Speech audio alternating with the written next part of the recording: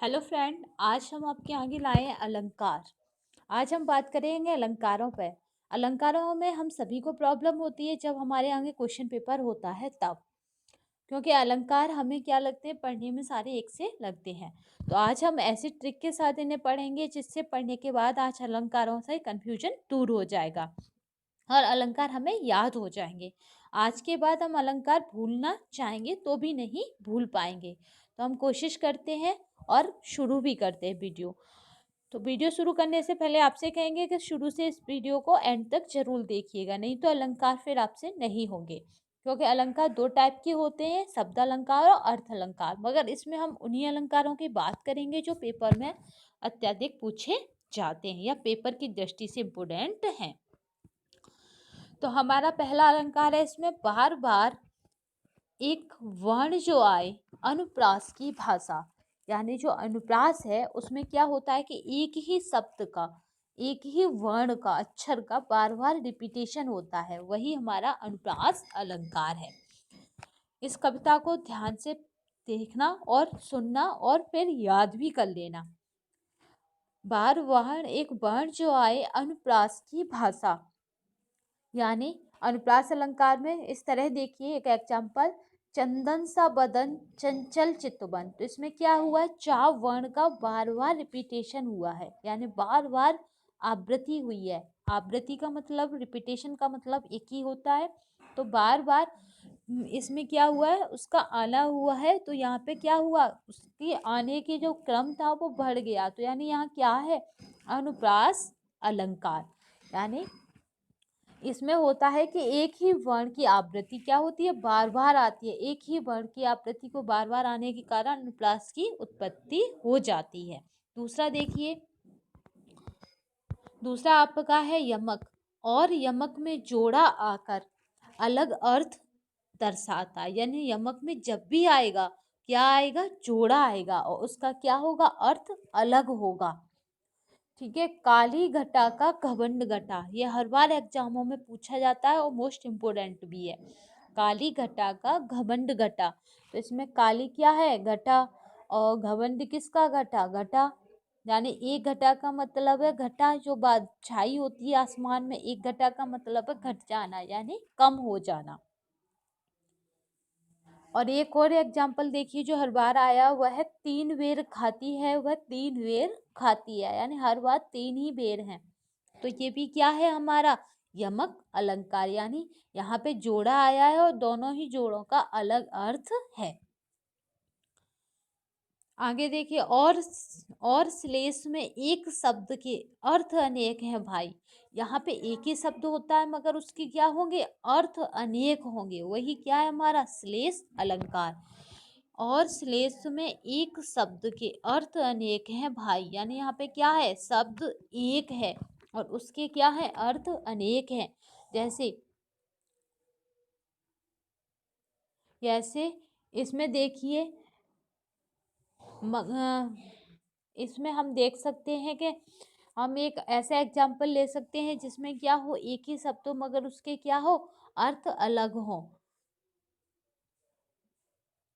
मंगल को देख पट देत बार बार। यानी पट का मतलब होता है दरवाजा और वस्त्र। तो यहाँ पे क्या हुआ, हमारा श्लेष अलंकार। दूसरा देखते हैं, चरण बरन चिंता करत भागत नींद न सोर। सुमिरन को, ये काफी बड़ा है तो ये हमें याद भी नहीं होगा, तो हमें ऐसे एग्जाम्पलों के साथ जोड़कर इसे चलना है जो हमें याद भी हो जाए इसके साथ ही। यही अच्छा है आपका कि बगन को देख पट देत बार बार। यानी पट का माना यहाँ पे है दरवाजा और कपड़ा। क्योंकि हम हर एक लाइन के साथ एग्जाम्पल याद करके चलेंगे तो इसे हम भूलेंगे नहीं।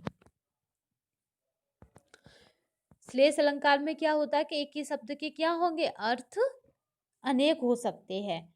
आपका अब देखिए, इसमें अतिशयोक्ति में बढ़ा चढ़ाकर छोटी बात बताई।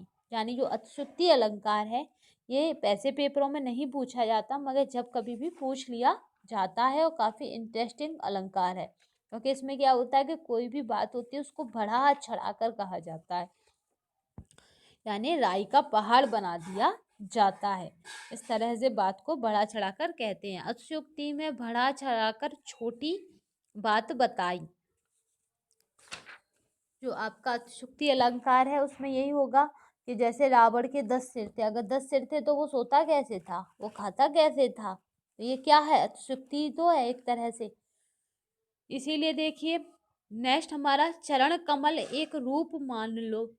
चरण कमल एक रूप मानकर रूपक की परिभाषा। जो हमारे चरण है वो कमल के समान है ये मान लो, तो ये क्या हो जाएगा, रूपक की परिभाषा।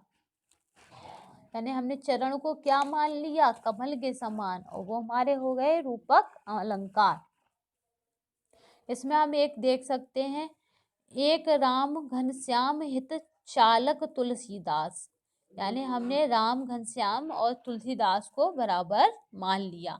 इसे छोड़िए, ये बहुत याद रखिए, चरण कमल बंदो हर राय। यानी भगवान के चरणों को उपमेय में काल यानी उपमान को अभेद आरोप है। यानी यहाँ पे क्या है, तो जो चरण है वो कमल के समान है, ये यहाँ पे कहा जा रहा है। इसी को याद रखना क्योंकि ये पेपरों में बहुत बार पूछा भी जा चुका है। सा सी से सम सरिस मान लो।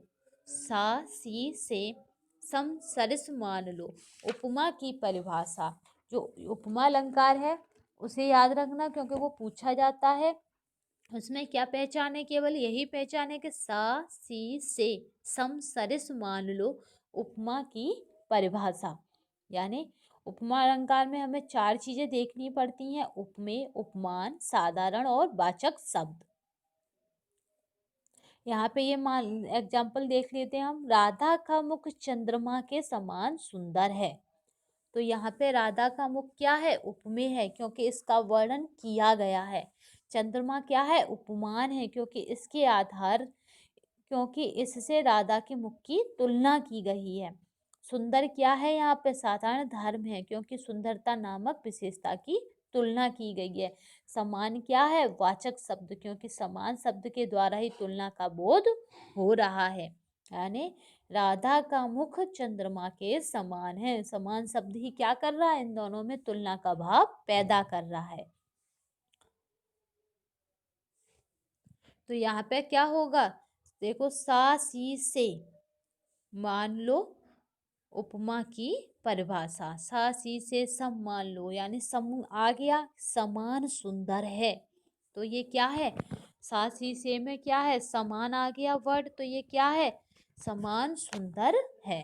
नेक्स्ट लाइन देखिए, नेक्स्ट अलंकार देखिए आपका वो है उत्प्रेक्षा। उत्प्रेक्षा संकेत समझ लो। जो उत्प्रेक्षा है उसके केवल संकेत से हम समझ सकते हैं। उत्प्रेक्षा संकेत समझ लो, मनु मानु जनु जानो। यानी उत्प्रेक्षा में हमेशा ये जरूर आता है, मनु मानु जनु जानो। यानी ये वर्डों की आवृत आना जरूरी हो जाता है, ये जरूर आता ही आता है। यहाँ पे देखिए, सिर फट गया उसको वही, मानो अरुण रंग का घड़ा। मानो आ गया, यानी इसमें क्या है, मानो ट्रिक है, जानो ट्रिक है, जानो ट्रिक है, मनु ट्रिक है। तो ये सब क्या है, इसके पहचानने की ट्रिकें हैं जिनसे हम इन्हें पहचान सकते हैं, उत्प्रेक्षा अलंकार को।